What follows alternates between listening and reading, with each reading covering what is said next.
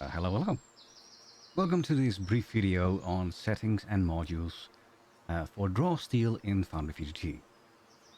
This video is split up into 4 categories, namely settings, mechanical modules, immersion modules, and utility modules. So let's get started. First off is settings.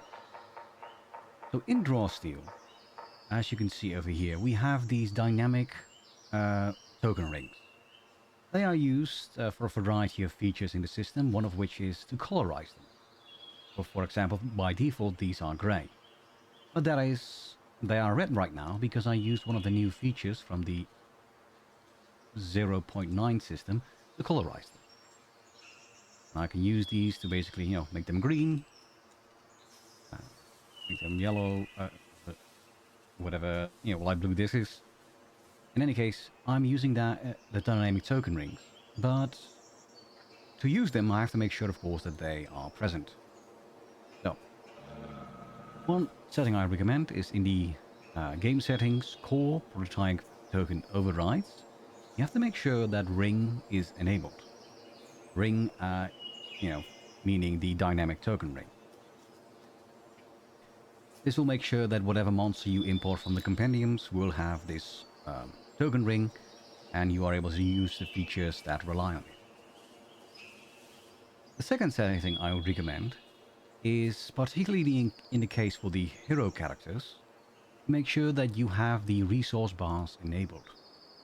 If you open the token settings for any hero, you can see under the resources tab we have display bars. This is kind of like, up to you. I always, in my games, I always have the bars enabled for everyone because I want people to be able to make informed decisions in terms of health.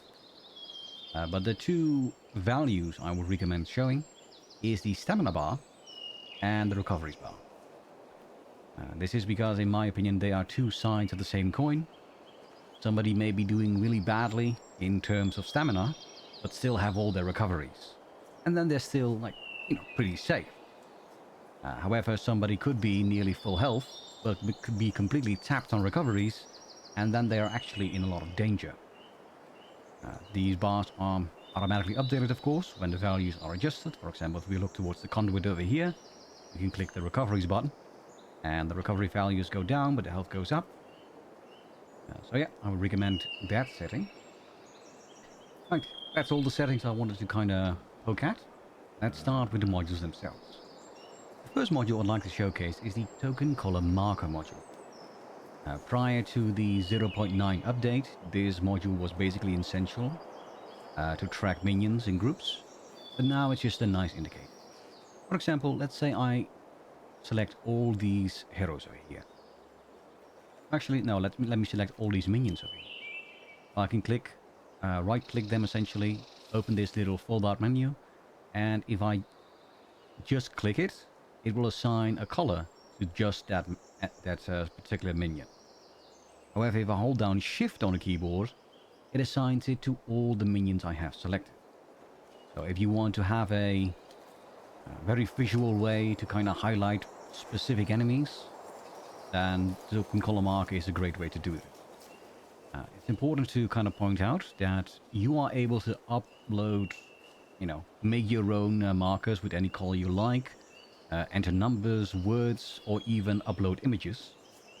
For example, I typically upload a little crown icon that I use to indicate the captain in the minion group. But yeah, this is a great module. I recommend using it.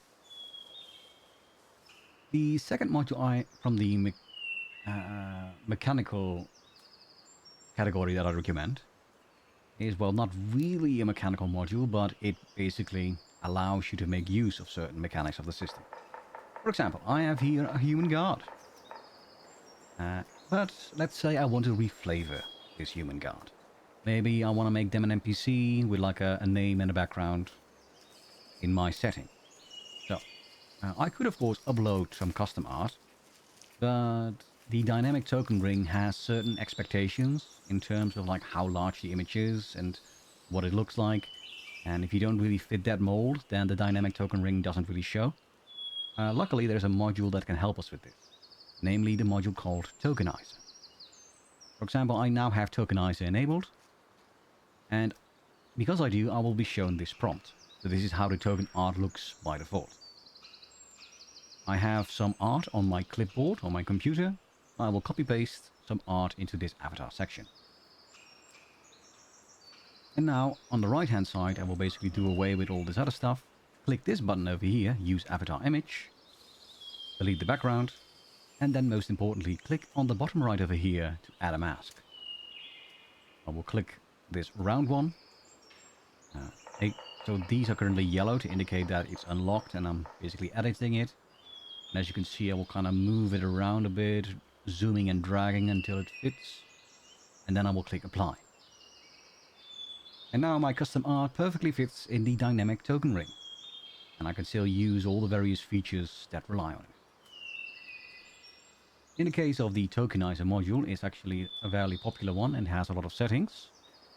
One setting I would recommend for this is to have the this one, auto apply dynamic token ring. So it kind of puts it in there. There's also some other settings you can disable. For example, right now, as you saw, it adds like this token border. This reddish one, you can disable that. You can upload your own. There's a lot of stuff here. You can sort of look at the GitHub for this specific module and learn more about that. It's, you know, if I were to explore all the options, I'd be here for another 15 minutes. Right, so that's Tokenize. Next module in the mechanical list is the health estimate module. As you can see down here, I have a variety of, well, heroes and enemy minions with varying degrees of stamina. With the health estimate module enabled, when I mouse over one, I will show an indication of, I will be shown an estimation of their health using a combination of words and colors.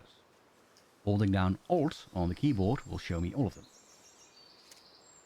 The system itself already has like markers in place. Like for example, if you go below half your stamina value, you become winded and you get this little windmill icon. And if you go below 0, you get a dying icon. But even in those states, there's a lot of wiggle room. For example, although all the three all the three heroes on top are dying, you know, some are dying a lot harder than others, and the colors kind of help you with that estimation. It also works for enemies, of course.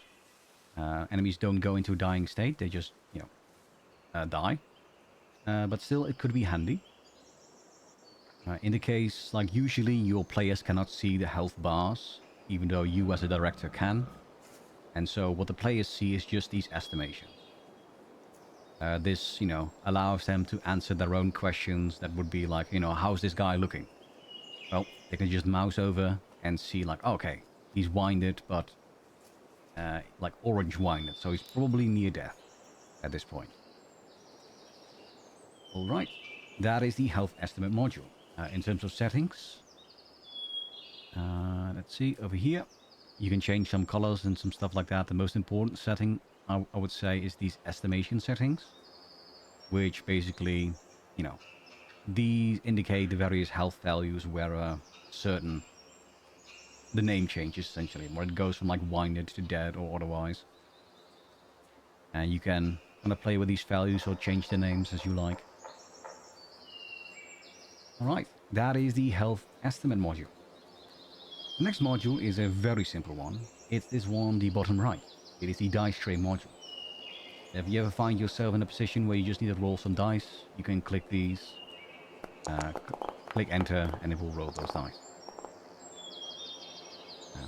Doesn't, in my opinion, get a lot of use, but every now and then you just need to do like a flat roll for something.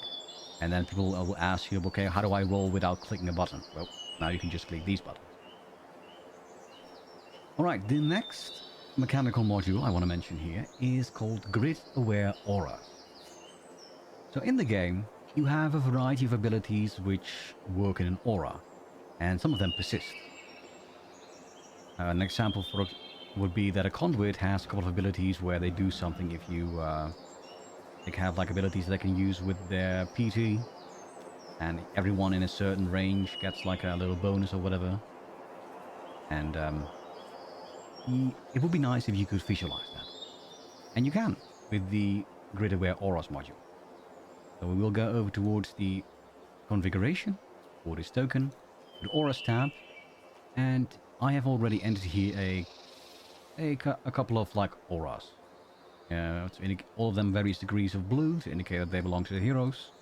And for example, let's say I activate an aura that, you know, helps everyone within 2 squares of me, and I can just enable this. If I have a different aura, I can have this. If I have multiple auras, I can just, activate as many as needed.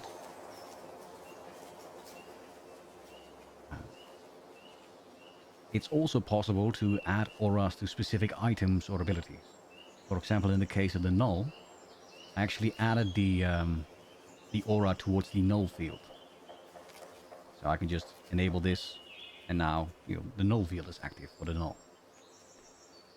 You accomplish this by essentially entering that value in their features. For example, what is it? Maneuvers, null field. Let me open this. Here in the null field, you have this triple dot menu, and you can configure the auras. And in my case, I just made a null field toggle, so whenever it gets activated, I will toggle it. You can go, like if you want to, you can get really advanced with this, because each of these auras, like you can apply automation to it with effects or macros. Like for example, if somebody enters the aura, this happens. If they go out again, then something else happens. Like for example, you can apply an effect. If somebody steps into your aura, they get like minus this, and if they leave again, then that effect is gone again. All that good stuff. So by default, you actually need to add all these auras manually. There's one way to kind of get around this, and that is by configuring them as presets. So first you just make the auras, for example on one token, then you click this and you save it as a preset. Once you've saved, for example for the batteries, I have these monster auras that I all saved as presets. And then you go simply to the Grid Aware Auras, and you have the preset manager, and you can sort of apply here, like for example, all creatures of the type hero and all creatures of the type NPC have to have these auras added to their aura tab, but like disabled, so that you can disable them as needed, enable them as needed. But yeah, as you saw, you can also make very specific ones for certain abilities. You can get as granular as you like. I just have the flat, aura values just to indicate, if somebody is or is not in a certain aura. All right, that is the Grid Aware Auras module. Next in the list is the Token Action Hut. Token Action Hut is actually a bit of a staple. Like it's, if you've played other system, you might have encountered it. And somebody added the ability to support draw steel to it. So, with your hero or enemy minion selected, you can see here in the top right, I'm shown this action bar. And rather than opening the sheet, going to abilities and scrolling through the list, short list in this case, but once you start getting to player characters, there's a lot. It's basically just a nice quick way to get to all your abilities. For the Elementalist, for example, whatever you want to do, hurl, element, free strike, it's all here. Your players might have gotten used to it from different systems, and well, here you go. It also has support for draw steel. If you go to the little right of this bar, you can unlock the HUD to show like the full things, including the projects and effects and all that good stuff. But you can configure which of these you want to show, if any, in the settings. And if the bar is unlocked, like it is now, you can also kind of drag the bar to where you want to have it. For example, if I place it here, then automatically the actions will be put towards the top. And if I'm playing as a player in draw steel, I usually have it like here at the bottom, personally. And then you can just, oh yeah, okay, it's my turn. Let's see what can I do. I'm gonna use this or this, and you can just, select them, roll your thing, and play the game this way. If you lock it again, then of course all those extra features go away. But yeah, it also works for monsters. Just a nice quick way to get access to all these abilities and features. Right, that was the last of the mechanical modules. The next category is going to be Immersion. So, these are things that are more universal to FoundryVTT. And I just use them because they make the game pretty, or I like having them. So, by default, when moving your token around in FoundryVTT in version 13 and up, well, version 13, there is no up yet, 14 is still in beta, I think. You kind of move around and it will rotate itself into the direction you are going. Some people like this. I don't. I think it's very annoying, especially when you're in the middle of combat and suddenly your tokens are upside down. So, what I do is, first and foremost, I go into settings and I disable that. Oh, I have something like this. What's it called again? Rotation lock or something? Face. Rotate. Apparently I have to click. Okay. Automatic token rotation. Disable this. Do not want it. Now it no longer turns in the direction. Instead, I use two different modules for this. Namely About Face and Fast Flip token tools. So this is essentially falls into a subcategory I would call like immersive token control. And with these enabled, when you move up and down, the token will just sort of stay in place. But what About Face does is if you move in a certain direction, it will flip the token. So now my shadow, who was facing right first, is going to move left as I'm moving left. And likewise, if I move to the other side, it will do that. The token flip module, well, it allows you to flip the token manually. You can assign a keybind to it. For example, in the configure controls, we have the fast flip token tools. In my case, flipping is on the F key and speech bubble on the X. I think there's something else by default, but just know you can configure them there. And this just allows you to flip the token. Let's say everyone's in on an urban map in a shop, and you just want to be facing the shopkeeper. It just allows you to kind of control your token a little bit. If you hold down X on the keyboard, in my case, to spawn the little speech icon, you can sort of show who's talking.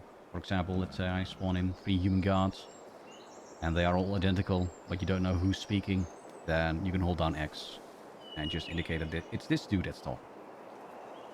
Also, of course, a good idea if you have multiple NPCs and, it's difficult for your players to kind of get a sense of who is talking, then, spawning a little speech bubble helps at times. Right, those were About Face and Fast Flip. I just like the immersive token control, that's it. Right, next up, I probably don't need to introduce this one. This one has been around for so long, everyone is probably using this, but Dice So Nice. Yeah, so what Dice So Nice does is basically very easy. It allows you to get some visual dice on the screen when you make a roll, such as these. It will actually delay the result of the roll until the dice have stopped rolling. But yeah, in the settings you can adjust your dice settings, I believe, somewhere. So if you don't like the color of your dice, then you can change it and all that good stuff. But that's right. Another one that I actually really like is FxMaster. FxMaster allows you to spawn visual stuff on the map, for example clouds or otherwise. FxMaster over here, I will, for example, click animation setting. Oh, actually it's a different one. It's this one. Particle effects. And for example, I can spawn in a dense fog. And I can control how dense that fog is. For example, it's already pretty dense, but if I up a little bit more. Now you can really elevate the atmosphere, and a spooky forest can really become spooky. You can, let's put away with the fog, just have clouds kind of get spawned in and move overhead eventually. And you can control, what direction they come from, if they spawn shadows or not.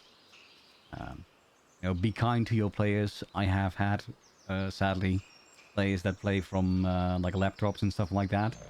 And it can get pretty heavy on their computers if you go crazy with all these effects. But yeah, it's very nice to have these.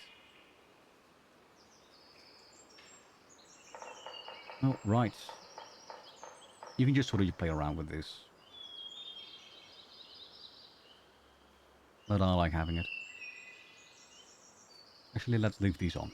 I'm gonna have birds and clouds. There's my clouds. Oh, there they come.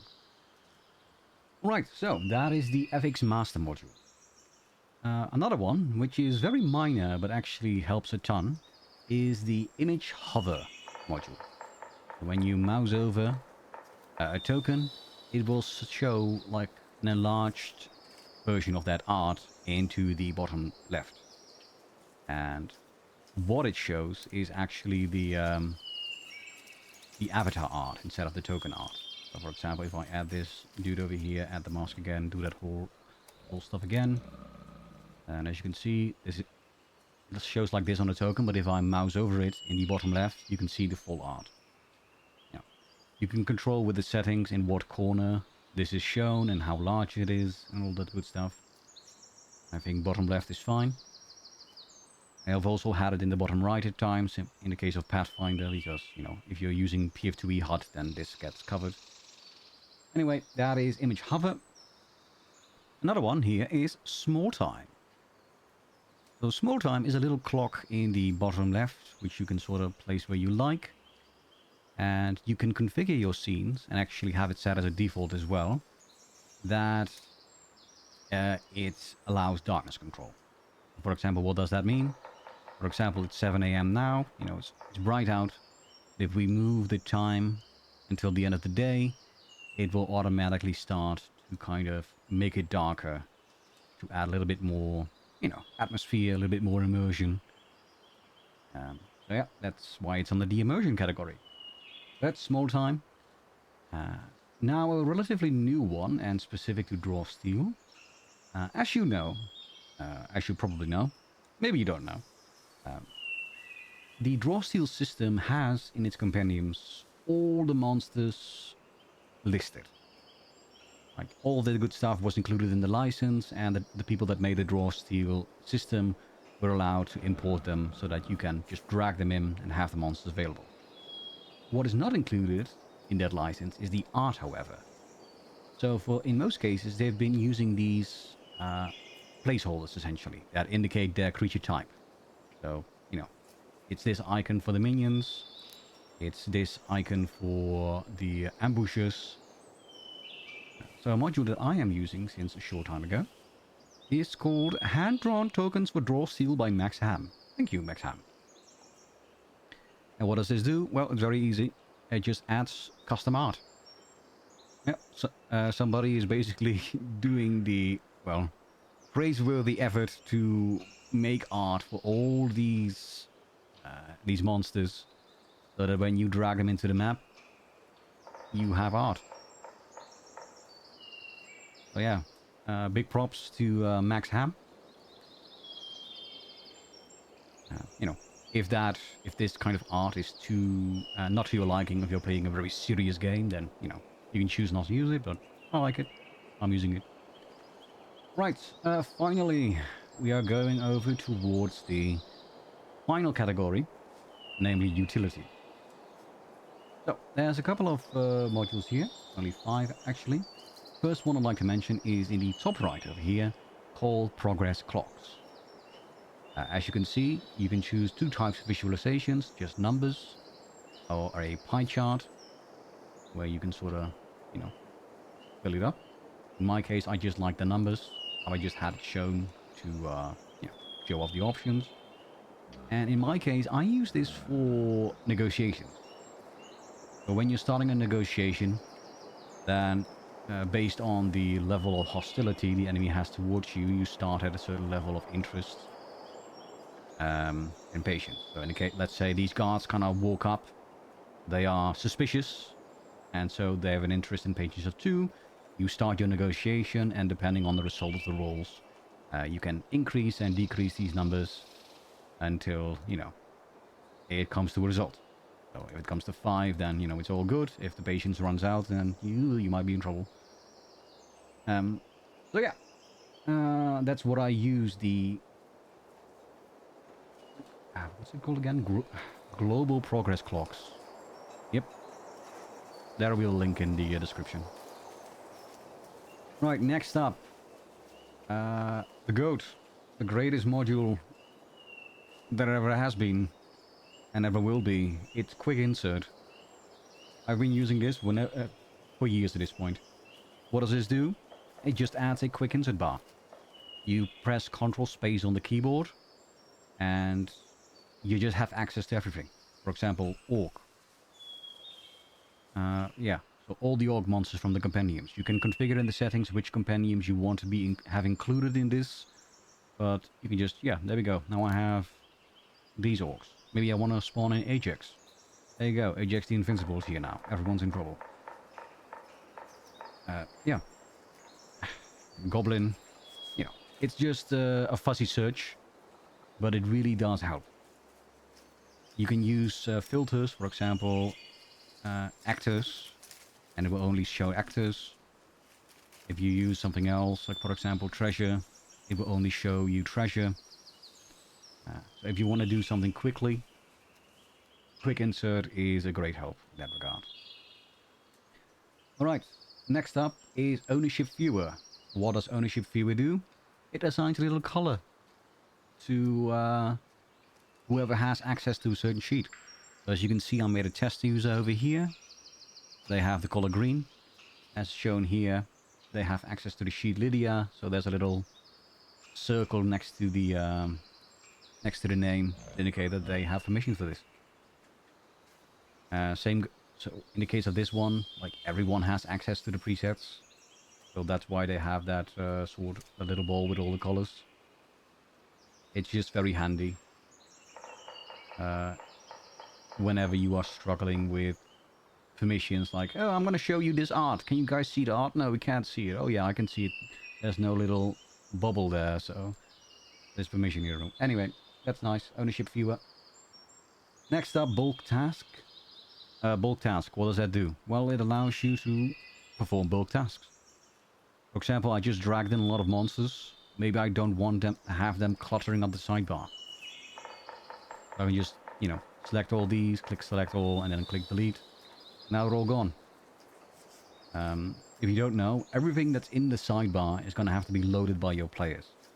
So it helps that you can sort of clean it up from time to time. You know, maybe scenes you're no longer using, you can move to compendiums.